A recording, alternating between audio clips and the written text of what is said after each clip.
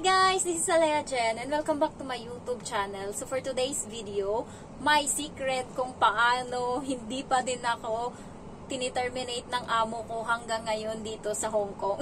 So, nagtataka din ako and syempre yung mga kapitbahay ko din sa Pinas, especially yung mga nakakakilala sa akin, na-amaze sila, nagtataka kasi nga limit nila sa akin, 1 buwan, 2 buwan, uuwi na ako, hindi na ako ano nga ba, kasi nga, alam nila na tamad ako, alam nila na as in, sabi nga sa akin parati nilang naririnig pag nagagalit yung mama ko dati, ikaw wala kang alam kundi magpaano lang ng kamay mo, magpaligwis ba, as in, suportado naman ako ng nanay ko, binibilan pa ng Q-Tex yung kamay ko para maganda, ayan, so, at ano niyan, ang kapalit niyan, lilinisan ko yung paa niya para para bilhan niya ako always. So, tamad talaga ako as in.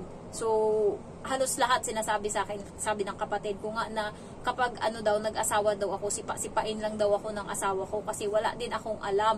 And yung bunsong kapatid, yun pa yung maraming alam. As in, siya pa yung naglalaban ng pag may dugo ako, tas natagusan, maraming dugo yung panty ko. Siya yung naglalaban niya na hanggang ngayon, kahit malaki na ako, bago yun siya pumuntang Kuwait, yun sa bahay doon muna siya tumira sa Manila. So siya yung naglalaban yan, ganun siya, wala siyang and thankful din ako kasi yung dugo ko, hindi siya yung yung iba na malansa, mabaho, ganun. Yung sa akin, hindi ganun ka okay, malinis siguro, ganun. So, nilalaban yan. And yung mama ko, ganun din. Kasing ginagawa ko guys dati, tamaran talaga ako. Ginagawa ko yung mga dinuguan ko, ayokong labhan. Ang ginagawa ko, tinatago ko yan doon sa kwarto ko, tinatago ko doon sa may gilid. And alam na ng mama ko, kapag dinudugo ako, alam niya kung saan ko tinatago yan. And siya na mismo yung kumukuha niyan doon. Tapos sabi niya, uuuri na yung kwarto mo, hindi mo pa yan magawa-gawa, malaban-labhan yung mga damit. So, pagdating dito sa Hong Kong, ano nga ba yung sikreto ko kung bakit nagtatagal ako? Secret dyan guys is trabaho ka lang ng trabaho kahit na alam mong hindi nagtatrabaho ako mabagal pero pulido, alam mo yon. Nakikita ng amo kong babae na kahit mabagal ako kumilos, wala siyang mahahanap na butas dyan na pwede niya akong sawayin, na dugyot yung ginawa mo, na ganyan.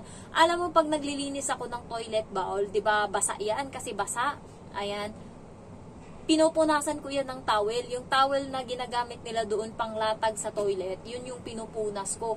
And araw-araw ko nilalabhan yung towel. Wala siyang sinabi dati na labhan ko always, pero araw-araw kong ginagawa. And natutuwa siya kasi nga nakikita niya kahit hindi niya ako utusan, ginagawa ko ng maayos yung mga gawain ko. Mabagal man ako kumilos, at least pulido ako. Pagka kasi binibigyan niya ako ng instruction, minsan lang ako nagkakamali. Isa din yan sa secret ko kung napapaano ko yung mga bagay-bagay. Pag sinabi niya sa akin na ganito gawin, kung ano yung inutos niya, yun yung sinusunod ko. And guys, hindi niya sinabi sa akin dati na kasi nandito yung mga tubig-tubig nila sa kwarto. Ayan, papakita ko sa inyo. 2 box yan. So, kung wala akong utak, kung hindi ako nag-iisip, kasi nga, nauna pa sila umalis sa akin kapag day off. Una pa yan, pag day off ko, una pa silang umalis sa akin. Kasi nga, natutulog ako. 2:00 na ako lumalabas, minsan 1:00. Katulad kanina, mag-2:00 na ako lumabas. Kung hindi pa ako ginutom, hindi pa ako lalabas. So, hindi rin naman yan nagagalit yung amo ko kapag nandito lang ako sa bahay. Nakikita nila, napapansin nila, hindi ako nag-aaksaya ng kung ano-ano. Wala akong ninanakaw, wala akong ginagawang katarantaduhan. Nandito lang talaga ako sa kwarto kapag day off. And pag aalis yan sila, binubuksan ko na yung pinto kasi nga para makapasok labas yung hangin, para malamig yung hangin na papasok kasi hindi ako nagbubukas ng aircon. Isa din kasi yun sa ayaw nila, baka kasi iniisip nila kaya hindi ako pero hindi nila ako nasaway kahit minsan na huwag kang tumigil sa kwarto kapag day off mo, lumayas ka, hindi ganun. Mas gusto ata nilang nandito ako sa kwarto kasi yun yung sabi nila nung bago ako, pero ako lumalabas talaga ako nung bago, nahihiya ako. And ang ginagawa ko, yan, nilalabas ko na yan, naglalabas akong 2 bote ng tubig para magamit nila in case na iinom sila. So, nagugulat ako, yung nilalabas ko, kinukuha yan ng amo kong babae. So, dinadala niya pag day off. So, ang ginagawa ko guys, secret pa din, kung paano ako tumagal is, hindi ako nagre-reklamo sa trabaho. Minsan, hindi nila ako narinig nagreklamo. alam mo yung kahit pagod na ako, nakikita nila yung mukha ko sumusuko na, pero minsan hindi nila ako nakitang sumimangot sa trabaho ko. Ayun yung ano nila, kasi love ko yung trabaho ko. Siguro hindi pa ako naumay ba, kasi hindi ko naman to masyadong naranasan sa Pinas. So pagdating dito, seryoso talaga ako. And kahit nung nasa Pinas pa ako, kung ano yung trabaho ko, siniseryoso ko talaga. Halimbawa, sales lady ako nun, nagtitinda ako as in, full force yung tinda ko. Kaya ako yung top 1 always na pinakamalaking sales sa buong taon. So, ganun. May mga award ako niyan. So, kaya nanghinayang sa akin yung company pag alis ko. Kasi kahit tamad ako, kahit anong mangyari, basta yung benta alaga, walang masabi. Kahit tamad ka, basta nakikita nga ako ng boss nakaupo doon sa store. Basta, ay ma'am, huwag mo, bakit nakaupo ka ang aga-aga? Sinasabi ko, bakit ma'am? Tapuan naman ako kahit umupo ako dito. Mamaya, malakas yung benta ko, tingnan mo. Ginaganon ko yan, kaya walang nasisita sa akin, hindi ako nasisilip. Kahit anong kabulastugan na ginagawa ko nung nasa Pinas ako, as long as yung benta hindi pinapabayaan, hindi ako matanggal-tanggal. And kung matanggal man ako, hinahanap ako. So, parang na-endo ata ako isang beses, hindi ko lang alam kasi nung time na yun, uso endo. 2 beses na akong diba, every 6 months lang dati or 5 months tapos i-renew ka. Kapag ni-renew ka kasi automatic regular ka. So ngayon, pwede na silang masilip kaya inendo nila ako. And nagalit ako nung time na yun kasi bakit hindi na lang ako irregular? Bakit i-indo pa ako? Tapos umalis ako, punta akong probinsya. Nung nandun ako, kinukulit-kulit nila ako ngayon na bumalik. Tapos parang 6 months pa ako bago bumalik. Kung hindi pa ako naghirap sa probinsya na natambak-tambakan ako doon ng mga problema, hindi pa ako babalik. So, secret ko dito is inaalagaan ko din yung bata. Isa din yan sa pinaka-minor or pinaka-importante sa lahat. Kasi yun yung utos ng amo ko sa akin. Di bale na yung mga trabaho dyan. Pabayaan mo. Maliit lang yung bahay. Kung hindi mo matapos ngayon, bukas tapusin mo yung mga trabaho mo. Importante, alagaan mo yung bata. Maglaro kayo, bahala kayo dyan. Basta alagaan mo yung bata. So, sinisiguro ko guys, nasa 1 taon at 3 buwan na mahigit. Mag-4 na buwan na. 1 beses lang na nasugatan yung bata na ako yung nagbantay. Hindi siya nasugatan na malala, pero kasalanan niya yung nadula siya. Naghabulan kami, nadula siya, yung ilong niyang malaki yung tumama sa sa sahig. So yun lang yung time, pero yung mga sugat-sugat na ako yung nagbabantay. Awa ng Diyos hindi. Kasi nga parati ko siyang inaalagaan, binabantayan. Nandiyan ako always para hindi siya yung masaktan. Kasi nga naawa ako sa kanya and iyakin kasi ito pagka may nararamdaman. Kaya ayun, isa din yun sa gusto ng amo ko, hindi ko pinapabayaan yung bata. Malaki yung tiwala niya sa akin. Ako yung naghahatid sa bata sa kung sinusundo ko tong bata 3 beses sa isang linggo kapag may pasok siya sa school. 3 beses ko siyang sinusundo, 2 beses lang yung nanay nagsusundo. Yung 2 beses na to, ito yung kailangan niyang sunduin kasi may extra class. And yung isa ganun din, extra class din. Pero yung mga the rest is kami ng bata parating magkasama. Nagagala kami. Alam nyo ba guys, yung out ng bata sa school, sinusundo ko, 3:50, nandyan na yan siya sa may bus stop sa Biwok. Nakakauwi kami minsan, 6:00 na. Pinapabayaan kami ng amo ko. Gala kami ng gala sa labas. Naikot na namin yan sa may V-Walk. Naikot namin yung Uniqlo. Kasi nga, nagtitingin ako ng mga sales. So, iniikot namin yung Uniqlo. Ano pa yung nandyan? Yung DS Grocery Store. Yung supermarket. Yung Miniso. Ay, naikot na namin yan kakagala.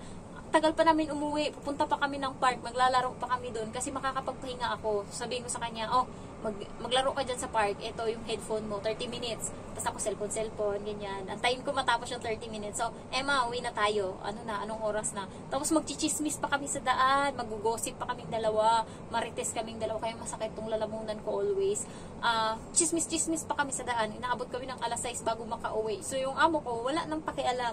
Pag uwi namin, bati-bati lang, hi mom, ganun lang. Tapos hello, tapos ayun ko, tara na, ligo na tayo, anong oras na, late ka na. May pa kasi siya, English class sa gabi, ay may Chinese ba.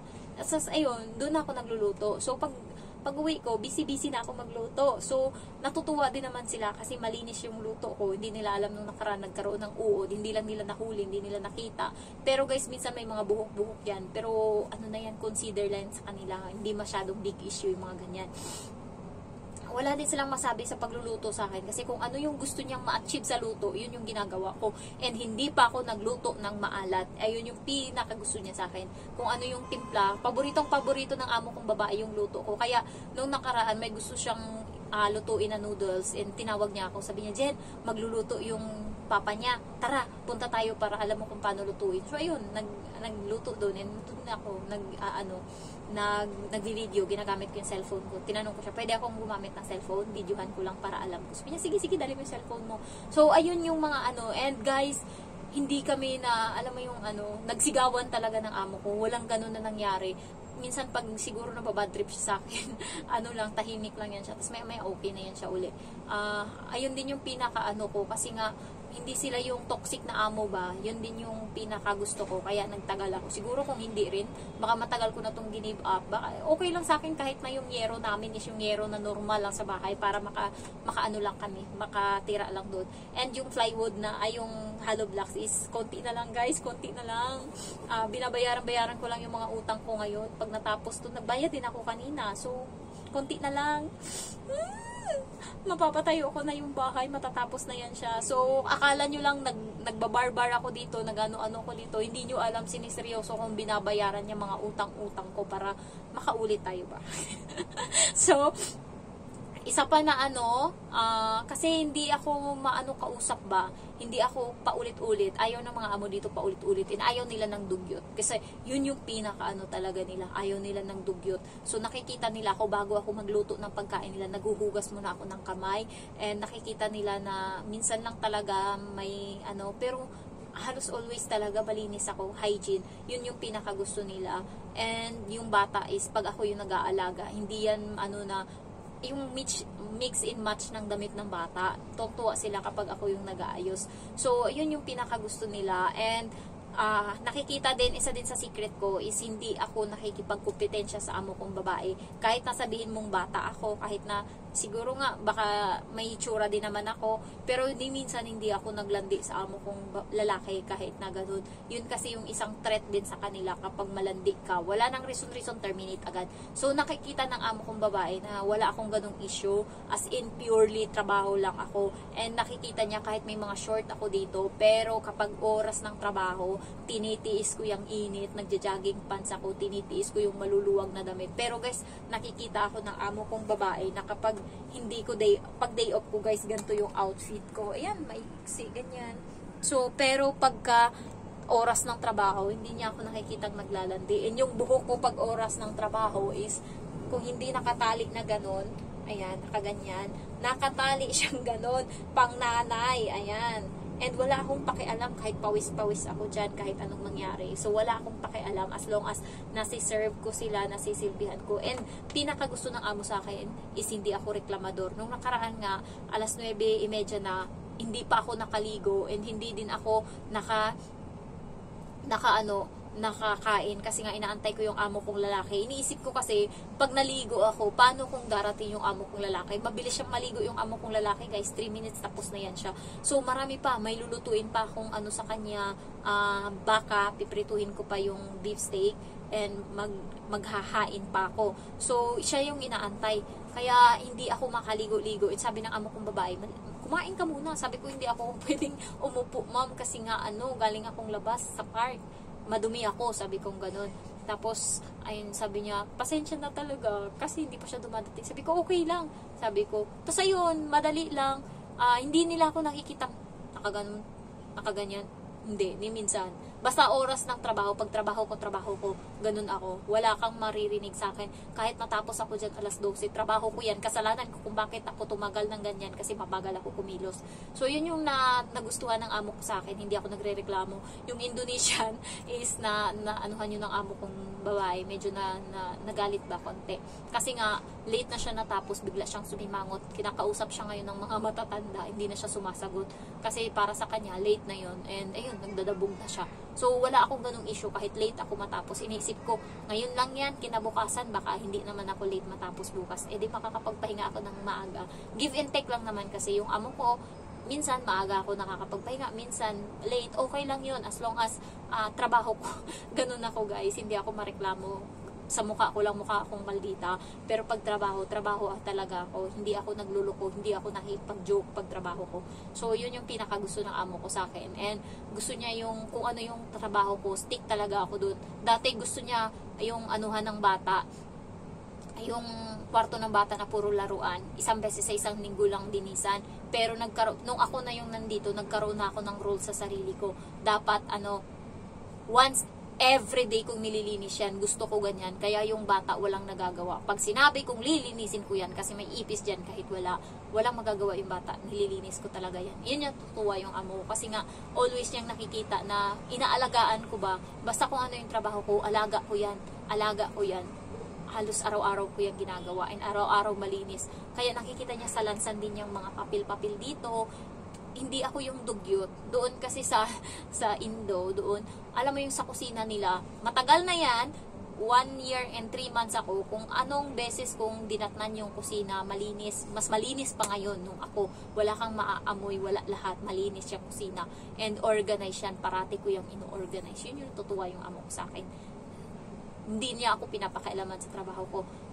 At saka, wala, malinis. And alam nyo ba, hindi rin nagtatambak-tambak. Tinatanong niya ako minsan, nasan na yung mga basura na nire-recycle niya. Dito ko nilagay sa kwarto. Ayun, ang pinatong ko. Ayan.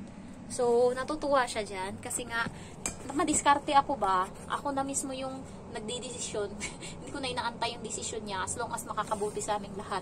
So, ayun lang guys. Sana magkaroon din kayo ng and always lang kayo smile and greet nyo lang sila always. Ayun yung pinaka-importante sa lahat kasi kulang lang sila sa aruga, kurang sa pagmamahal. So, pag may saltik, alam mo na, ano-anuhan mo lang. Lumaban ka din pag alam nilang lumalaban ka, hindi ka rin nila aapihin. So, ayun lang. Thank you for watching and I love you all. Bye-bye.